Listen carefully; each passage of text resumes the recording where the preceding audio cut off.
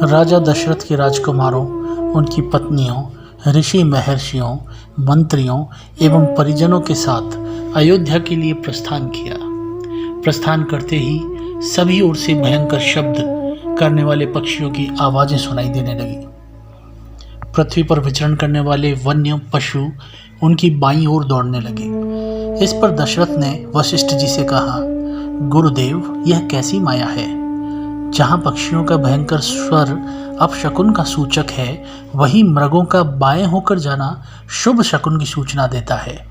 दोनों प्रकार के शकुन एक साथ कैसे हो रहे हैं? महाराज दशरथ के इस प्रश्न के उत्तर में वशिष्ठ जी बोले, पक्षियों की भयंकर ध्वनि से ज्ञात होता है कि कोई भय उत्पन्न करने वाली घटना घटने वाली है, और मृग आदि पशुओं के इस तरह जाने से पता चलता है कि वह घटना भी सरलता से शांत हो जाएगी।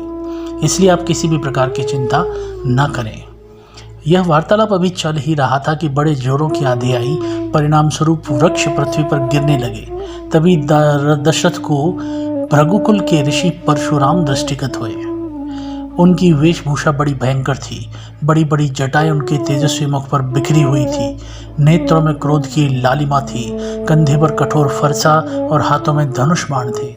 ऋषियों ने आगे बढ़कर उनका स्वागत किया और इस स्वागत को स्वीकार करने के उपरांत वे श्री रामचंद्र से बोले, दशरथ नंदन राम, हमें ज्ञात हुआ है कि तुम बड़े पराक्रमी और तुमने ही शिवजी के धनुष को भंग किया है और इस प्रकार तुमने अपूर्व ख्याति प्राप्त की है।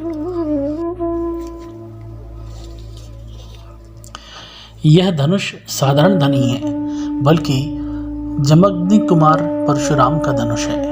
इस पर बाण चढ़ाकर तुमने अपने शौर्य का परिचय दिया है। तुम्हारे बल और शौर्य को देखने के पश्चात मैं तुमसे द्वंद्व युद्ध करूंगा।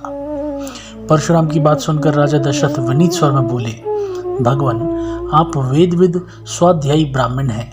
क्षत्रियों का विनाश करके आप बहुत पहले ही अपने क्रोध को शांत कर चुके हैं। आपने इंद्र के समक्ष प्रतिज्ञा करके अस्त्र शस्त्र का परित्याग कर दिया है। इसलिए हे ऋषिराज, आप इन बालकों को अभय दान दे दीजिए। यदि आपके हाथों राम मारा गया तो हम में से कोई भी उसके वियोग में जीवित नहीं रह पाएगा। परशुराम जी ने दशरथ की बात पर कुछ भी ध्यान नहीं दिया। वे राम से बोले, राम, संसार में केवल 2 ही धनुष सर्वश्रेष्ठ माने जाते हैं। सारा संसार उनका सम्मान करता है। विश्वकर्मा ने उन दोनों को स्वयं अपने हाथों से बनाया है।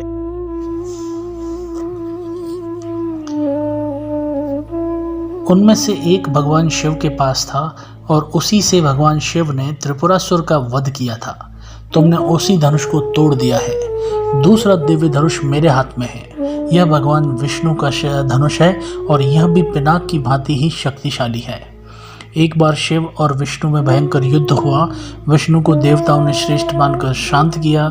शांत होने पर विष्णु ने भृगुवंशी ऋचिक मुनि को धरोहर के रूप में धनुष दे दिया।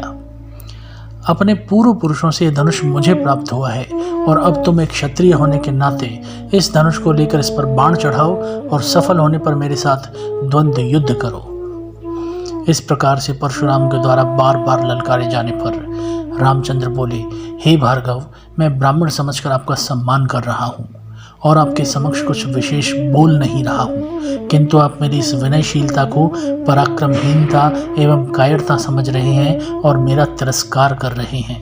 लाइए, धनुष बाण मुझे दीजिए। यह कहकर उन्होंने परशुराम के हाथ से धनुष बाण ले लिए और धनुष पर बाण चढ़ाकर बोले, हे भृगुनंदन, ब्राह्मण होने के नाते आप मेरे लिए पूज्य हैं, इसलिए इस बाण को मैं आप पर नहीं छोड़ सकता, किंतु धनुष पर चढ़ने के बाद यह बाण कभी निष्फल नहीं जा सकता।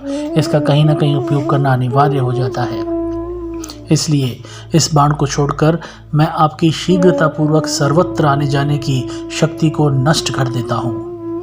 श्री राम की बात सुनकर शक्तिहीन होकर परशुराम जी विनयपूर्वक कहने लगे, बाण छोड़ने से पूर्व मेरी एक बात सुन लीजिए। क्षत्रियों को नष्ट करके मैंने यह भूमि कश्यप जी को दान में दी थी। उस समय उन्होंने मुझसे कहा था कि अगर तुम्हें पृथ्वी पर जीवित रहना है तो तुम्हें पृथ्वी का दान करना होगा। तभी से मैं गुरुवर की आज्ञा का पालन करते हुए कभी भी रात्रि में पृथ्वी पर विश्राम नहीं करता और वास नहीं करता। अतः हे राम, कृपा करके मेरी गमन शक्ति को नष्ट मत करो। मैं मन से गति से महेंद्र पर्वत पर चला जाऊंगा और मुझे याद है कि इस बाण का प्रयोग निष्फल नहीं जाता, इसलिए आप इस बाण के द्वारा उन अनुपम लोकों को नष्ट कर दो जिन पर अपनी तपस्या से मैंने विजय प्राप्त की है।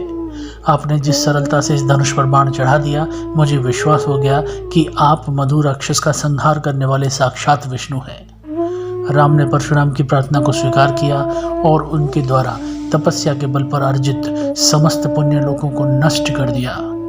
इसके पश्चात परशुराम जी तपस्या करने के लिए महेंद्र पर्वत पर चले गए और वहां उपस्थित सभी ऋषि मुनियों ने राजा दशरथ के साथ रामचंद्र की भूरी भूरी प्रशंसा की।